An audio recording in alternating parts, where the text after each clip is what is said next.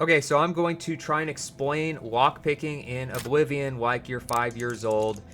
This is just, it should have been explained better in my opinion in many of the tutorials on YouTube. That's why I'm making my own. This is for my use as well as for the public. So first off, let me just say that I used a controller for this. I used an Xbox controller. This can also work for a PlayStation controller.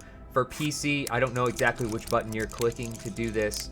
But on a controller, instead of constantly clicking R2 or right trigger, as obvious as this may sound, you need to just hold it down, okay? And then if you are still seeing those silver threads between the gold piece and the top, that means it's going to be too fast. So you have to get it to the slowest point. You've probably heard other tutorials say that, like you gotta get it to the slowest point, blah, blah, blah. But a lot of them don't explain that very well of how you know when it's at the slowest point. You know it by holding down the button, releasing it, and then holding it down again until you get to a point where you stop seeing the silver threads between the gold piece and the top. So you'll notice on these, if you watch them, I wait until right there. See on that one how you couldn't see the silver threads?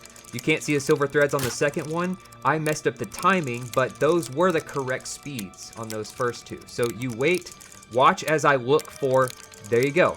It's black between the gold piece and the top.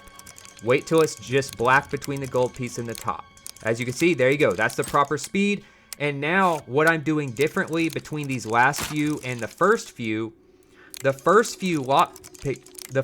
when I realized this, I was still holding down R2 or right trigger trying to time it because I knew it was at the slowest point and I didn't want it to drop to the point where it started getting fast again. Well, the problem with that is it's almost impossible to time it when it's just going up and down, up and down, up and down.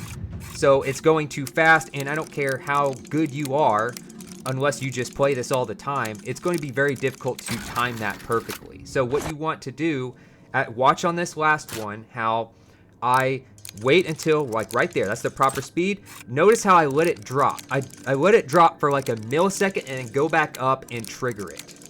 Let it get to the right speed. Once I get to the right speed, I stop seeing the silver threads right there. Let it drop, go.